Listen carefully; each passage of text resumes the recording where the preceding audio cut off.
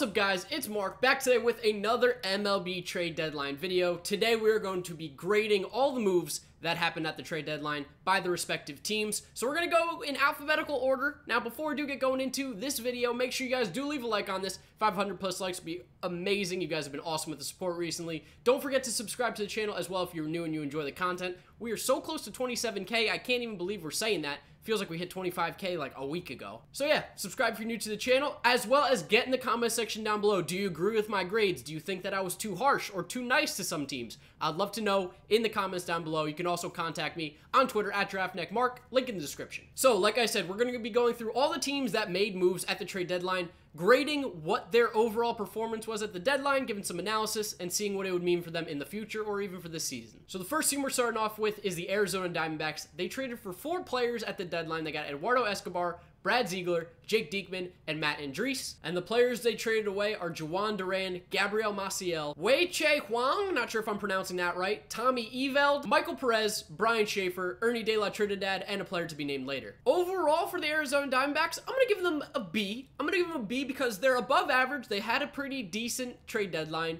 but at the same time, I still don't think that they addressed the biggest issues in the best way. They could have gotten someone like Zach Britton. They could have gotten someone like Familia. They could have gotten better top-of-the-line closers, but then at the same time, you're going to be giving up better prospects. So it's a little bit of a give and take. I still think that Brad Ziegler, Diekman, and Andriese are going to help out that pitching staff massively. They definitely need some help. Always adding arms is never a bad thing. And Eduardo Escobar was a really good pickup for them. They do have some issues in the infield, and Eduardo Escobar is a beast this year. He had so many extra base hits for the Minnesota Twins. He's going to help their lineup offensively, defensively. It's just going to be an improvement on what they had. But like I said, overall for the Arizona Diamondbacks, they get a B for me. Upgraded the bullpen, upgraded a little bit in starting pitching, and they got a nice bat. The next team we're going to go over is the Atlanta Braves. Now, the Atlanta Braves did make a bunch of moves. They got a lot of trades coming in. They acquired Kevin Gausman, Darren O'Day, Brad Brock from the Orioles. They went and got Johnny Venters from the Rays and Adam Duvall from the Reds. The players they sent it out are Evan Phillips, Juan Carlos Encarnacion, Brett Cumberland, Matt Whistler, Lucas Sims, Bruce Zimmerman, and Preston Tucker. Now, overall for the Braves, I'm going to put them right at that B+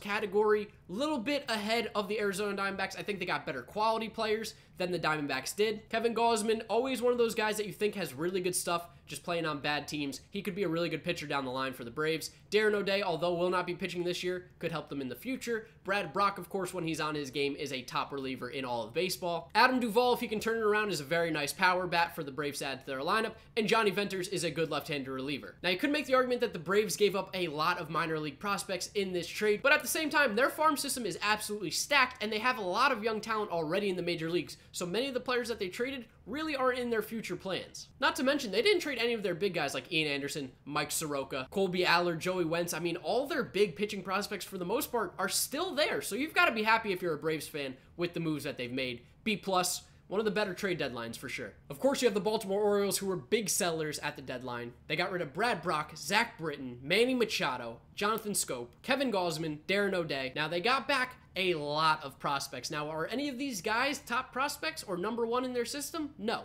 they're not. But they're building up that farm system, which is extremely, extremely weak, and trying to rebuild. You got a lot from the Dodgers. You got some prospects from the Yankees. I mean, you can't complain about the prospects that you got back. Yes, you could have maybe gotten one better guy instead of a bunch of lower ones, but at the same time, a lot of these guys weren't re-signing for you, so you take anything you can get. Overall, I'm going to give the Orioles a B-, C+, kind of half and half. I think they could have gotten a lot more top guys, or maybe they couldn't. Maybe that's why they made these trades, but it would have been probably better to see a top #1 prospect instead of maybe 5 and lower. But overall, you got rid of Machado, who you're not keeping. You got rid of Zach Britton, who you're not keeping. Not crazy about getting rid of Jonathan Scope, but again, he's probably not going to be in your future plans the way the Orioles are shaping out right now. And you got a lot of international pool money, which the Orioles don't normally do. They normally do a terrible job signing international prospects. So if they're going to be moving towards getting some of those guys, maybe that's a better future for them. So I'm going to give them that B-, C+. Next up on our list is the Boston Red Sox. Now, the Boston Red Sox did not make a lot of moves, but they did make impactful ones. The Red Sox traded for Ian Kinsler and Nathan Eovaldi, and the Red Sox traded away Ty Buttrey, Jalen Beeks, and Williams Jerez. Now, I'm going to give the Red Sox a B rating on the trade deadline. They addressed some issues, but not all of them. I still think they need a bullpen arm. I'm not crazy about getting to Craig Kimbrell, because once you get to him, it's pretty much over. But leading up to Craig Kimbrell is a little bit tough still. Nathan Eovaldi is a nice back-end starter for them who will probably move to the bullpen in the playoffs. And I really did like the Ian Kinsler trade for second base. He's going to be a beast in Boston. He's just going to pepper it off that wall. Not to mention, he's a ridiculously good fielder. And the guys they gave up really aren't going to hurt them. They are prospects, which do have value, but they traded them for players that are going to help them right now. And honestly, Jalen Beeks, Buttrey, and Jerez weren't going to do much for them this year anyway. Moving on over to the National League Central now, we're going to be talking about the Chicago Cubs, who made some trades and got some arms. They got 2 bullpen arms in Jesse Chavez and Brandon Kinsler, as well as added a starting pitcher in Cole Hamels. Cubs then traded away John Romero, Eddie Butler, Raleigh Lacy, Tyler Thomas, and a player to be named later. Now, the Cubs farm system isn't what it used to be. They don't have all these players just waiting to be called up. Those guys are now playing in the majors for them. So their farm system isn't loaded, and honestly, they didn't even get rid of their best guys. They acquired 2 bullpen arms, which you never complain about. The more arms in the bullpen, the better, especially when they're quality ones who have done it over time, not just young guys you're calling up from the minors. And if Cole Hamels can pitch like he did last night for the Cubs, that is an amazing pickup for them, because if he can give them 7 innings, those strikeouts, that command, that velocity like he did last night, the Cubs are going to be very happy. So overall, I'm going to go ahead and give the Cubs a B+. They did a great job. They got an arm. They can get rid of Tyler Chatwood from the starting rotation. They got some more bullpen help. Now, I would have liked to seen the Cubs get a bat, an extra bat maybe off the bench, but at the same time, they addressed some big needs. B+, I think, is a very good rating for them. Flipping it now to the American League Central, we're going to be talking about the Cleveland Indians, who did not make a whole lot of moves, but they did make some big ones. Of course, the big move being the Indians acquiring Brad Hand and Adam Simber. They also got Oscar Mercado, an outfielder, Leonis Martin, and Kyle Dowdy. Now, one thing the Indians did was trade away some top prospects. They traded Willie Castro and their top prospect Francisco Mejia away. They also got rid of Connor Capel and John Torres. Again, not really sure if it's pronounced John. The JH at the beginning really throws me off. Now, I'm going to go ahead and give the Indians a B. Probably could be a B+ to A- range as well. But giving up Francisco Mejia does hurt the trade value a little bit, even though Brad Hand they have control over for quite some time. Same thing with Adam Simber. Not concerned about them getting rid of Willie Castro. Francisco Lindor's their shortstop. He's not going anywhere. And Leonis Martin's a nice upgrade in their outfield defensively, and he's having a good year at the plate as well. Brad Hand and Simber are obviously going to make an impact out of the bullpen.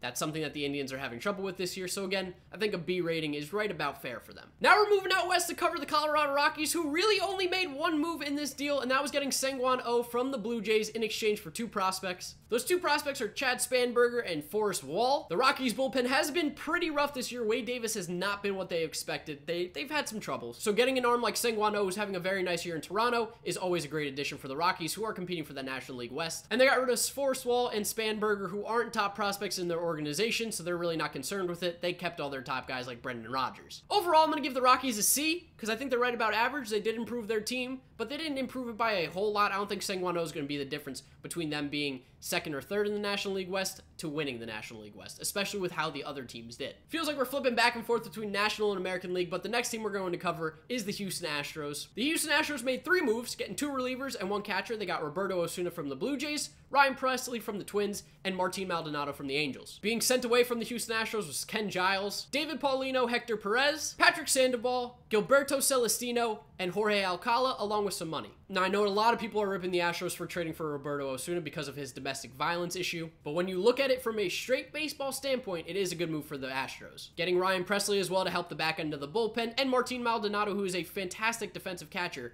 definitely strengthened those positions for the Astros. And let's be honest, the Astros didn't need that much help anyway. They're still one of the best teams in baseball. Overall, I'm going to go ahead and give the Astros an A rating on their trade deadline. If Roberto Osuna comes back and pitches like we know he can and has done in the past for the Blue Jays, they have one of the best relievers in all of baseball. Not to mention Ryan Presley has had a great year for Minnesota, and you shore up that catching position with Martin Maldonado. Brian McCann just doesn't move like he used to, and Evan Gattis isn't much of a catcher either. So when you look at it from just a baseball standpoint, because I know morally trading for Roberto Osuna might not be the best move, but just from a baseball standpoint, improving their baseball team, it's a big improvement on Ken Giles, which is why I give them an A. That bullpen now is legitimate. Now, we have the team that had, by far, the best trade deadline, in my opinion, the Los Angeles Dodgers. I mean, do I even need to give them a grade? I think we know it's going to be an A+. The Dodgers got John Axford, Manny Machado, and Brian Dozier. And in doing so, they didn't get rid of their major prospects. Now, they did lose Yusniel Diaz, but they kept a lot of their big pieces like Walker Buehler, Alex Verdugo, Julio Urias. The guys that they got rid of, like I said, Yusniel Diaz, Corey Copping, Rylan Bannon, Dean Kramer, Zach Pop, Logan Forsythe, Breivik Valera, Luke Raley, and Devin Smeltzer. Again, don't care who they got rid of. They got one of the best players in baseball in Manny Machado. They got Brian Dozier, who is a beast second baseman when he's hitting. He's just been slow this year, but we know he can hit. And John Axford to help out that bullpen. Manny Machado. I mean, do I really need to say more? The guy is an absolute beast. And then Brian Dozier at second base, you just upgraded him from Chase Utley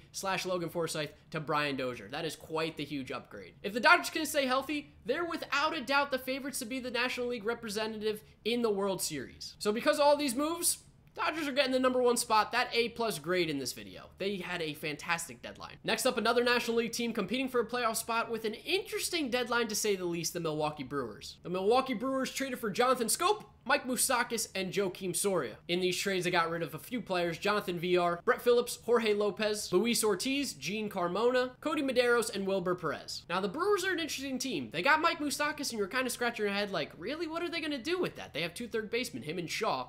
Well, Shaw moved to second base, and then they trade for Jonathan Scope. So you're going, wait a second. He plays second base. What are they going to do with him? They're going to move him to shortstop. So now their defense really isn't great. You have 2 guys playing out of position. Mike Moustakas, who is a good third baseman. Some rate him as average, really not that great, but I think he's pretty decent. And then Jesus Aguilar, who, again, average first baseman fielding. Now, the biggest issues for the Brewers going into the deadline were starting pitching, second base, and shortstop. Now, I guess you address second base and shortstop by getting Scope and Moustakas, because Moustakas moves Shaw to second, and then Scope goes to short. It's very confusing. But not adding a starting pitcher? I mean, what are the Brewers doing? Overall, I give the Brewers a C-. Not impressed with their trade deadline. I like Jonathan Scope. I like Mike Moustakas. I like Joakim Soria.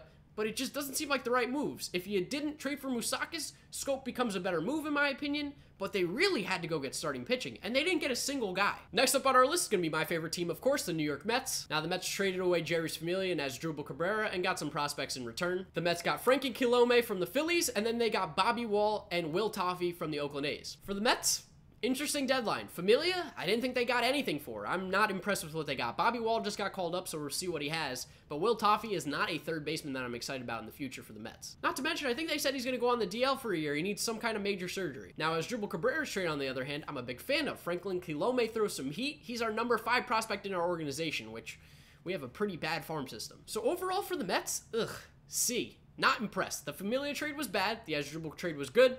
Overall, it was probably a B and a D there, which gives us a C. Not to mention we didn't move Jose Bautista or Jerry Blevins or Devin Mesoraco, all guys who I would love to see be moved by the end of the August waiver deadline. We're gonna go now head over to the Bronx from Queens, go cover my least favorite team, the New York Yankees. The Yankees received Lance Lynn, Zach Britton, and Jay Happ, along with some international pool money. In exchange, they got rid of Luis Rijo, Tyler Austin, Adam Warren, Caleb Frere, Brendan Drury, Billy McKinney, Dylan Tate, Cody Carroll, and Josh Rogers. They kept Florial, they kept Sheffield, they kept Clint Frazier. Those are the big pieces. Now for the Yankees, they addressed an issue with starting pitching. Now these aren't the guys that I would have gone after. I'm not a big fan of Lance Lynn. Jay Happ is pretty decent though. I think he's gonna be all right for them, even though he did go on the DL with hand, foot, and mouth disease. Shout out to Noah Syndergaard who gave it to him. And Zach Britton makes that insane bullpen even better. I mean, he's an upgrade from Chase and Shreve, let's be honest. Chase and Shreve's not great, and Zach Britton's pretty good. So overall for the Yankees, I think I'm gonna have to give the Yankees an A. It pains me to say it, but they addressed their needs, and I think it's going to make them a better team. And the guys they got rid of, I mean, you would have liked to keep Brendan Drury probably as a nice bench bat, but it's the American League. There's not a lot of subbing in that game. And the prospects they got rid of, useless. They're not going to be up for them doing anything anytime soon. So overall, the Yankees, I'm going to have to give them an A, and it pains me to say it. Now to the Oakland A's, who would have seen them making a playoff push this year, but they are. They made one move. They got Jeurys Familia, and of course they gave the Mets Bobby Wall and Will Toffey. If you're the A's, I'm going to go ahead and give it a B. It's really not a huge move, but you didn't lose a lot. You got Familia, who's going to help the back end of that bullpen, which again is always crucial when you're in a playoff push, and you gave up nothing. You gave up nothing for it. So I'm going to go ahead and give them a B-, actually, a B-. There's not a whole lot to talk about there. They gave up no prospects for Familia. They should be happy. Going back to the NL East, we got the Philadelphia Phillies, who made a few moves. They got Asdrubal Cabrera from the Mets, and then they also got Wilson Ramos from the Rays and Aaron Loop from the Blue Jays. They gave up Jacob Waguespack, I don't know how to pronounce his last name, and Franklin Kilome, along with a player to be named later. Now, I didn't quite understand the Asdrubal Cabrera trade when it first happened, because I was like, where is he going to play? I mean, you got Kingery at short, who you just gave that contract to. You got Cesar Hernandez, second base, who's been very good. You got Maikel Franco, who's starting to heat up, so I didn't really know where he'd fit, but it seems like they're all going to be cycling in and out with each other. Wilson Ramos is an upgrade at catcher from Jorge Alfaro, who you're not giving up on because it's only a 1-year deal left on Wilson Ramos, so he's a free agent at the end of the year. And bat-wise, he's an upgrade. Defense-wise, not much. And then Aaron Loop, you add another arm in the bullpen, a left-handed arm, which the Phillies kind of need, so you can't really knock that. They didn't give up much. They gave up Kilome, who I guess they're cool with because they do have a lot of pitching prospects. So I'm going to give the Phillies a C overall. I just don't see these being the moves that make them that much better than the Braves, but if they keep on winning baseball games, it really doesn't matter what anybody thinks because they'll be in the playoffs. You've got 3 teams left, 2 of them in the National League Central. The first one we're going to be covering is the Pittsburgh Pirates, who got Chris Archer and Keone Kela. They traded away Tyler Glasnow, Austin Meadows, Taylor Hearns, and a player to be named later. Now, Chris Archer, they need starting pitching help, and who would have thought that the Pirates would be in playoff contention considering all the moves that they made in the offseason, but they are. So Chris Archer and Keone Kela, back end, front end, definitely helps them out. The issue that I had with their trades were I didn't like giving up Austin Meadows. That was my biggest issue, but again, I have to stick by my rules. You trade prospects for stars in this league. Chris Archer has star stuff. He just hasn't shown it yet. Maybe he's like Garrett Cole, where, you know, he just needs to change the scenery. And Keone Kela is a good arm in the back end of the bullpen, shortens up the game, helps get the ball to Felipe Vasquez quicker. Overall, for the Pirates, I'm going to go ahead and give them a B+. I think Archer's a good arm to add. I think Keone Kela is a good arm to get in the back end of the bullpen. I don't know if this makes them a playoff team, but it definitely gives them a way better shot than if they didn't make these moves. The second to last team is going to be the Seattle Mariners. Now, I honestly expected Seattle would be a lot more active in the trade deadline, make a big splash, because I honestly think they do need to make the playoffs. They didn't really make a big splash. Cameron Maybin, Adam Warren, Zach Duke, and Sam Dewey-Valala are the guys that they added to their team. The guys they traded away, some prospects, nothing crazy. Bryson Brigman, Chase DeYoung, Ryan Costello, and Seth Elledge. Overall, I'm going to give the Mariners a C. I don't think they necessarily made their team that much better, honestly. They got some bullpen arms, which is always a positive, but their bullpen's been pretty good this year.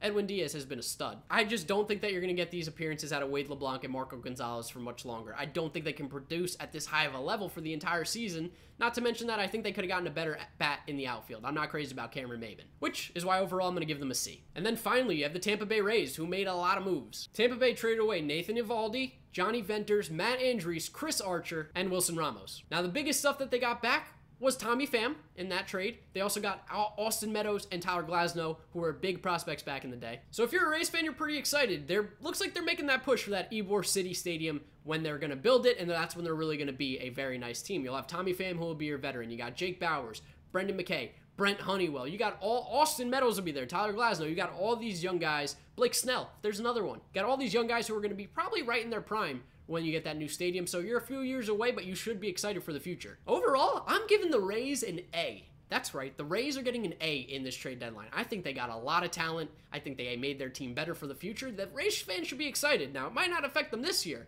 but in the future, got a bright future, the Tampa Bay Rays. I would love to know what you guys think about all these grades in the comment section down below. Let me know if I missed any, if you agree with me, if you disagree with me. I'd love to have a conversation about that. You can also hit me up on Twitter at GiraffeNeckMarc. Like I said, links always in the description. This is going to be a lengthy video, so I do apologize if that's not something you like, but hey, I had a lot of stuff to cover. So if you did enjoy it, it'd be very much appreciated if you leave a like. I put a lot of time into this, so thank you for that. And don't forget to subscribe to the channel if you're new and you enjoy it. I'm going to be bringing you baseball coverage every day, and the show's been bothering me a little bit, so until I get back into the groove of wanting to play that, we're going to be doing a lot of news. But don't worry, Steel Star's not going anywhere. It just won't be back till Monday. Otherwise, YouTube recommends you watch this video right here, and I will leave a link to my playlist of all the trade analysis and reaction from the trade deadline. You can click on it, watch them all. Let me know what you think of that, as well as click my face here to subscribe. Thank you guys for watching. I'll see you next time. Bye.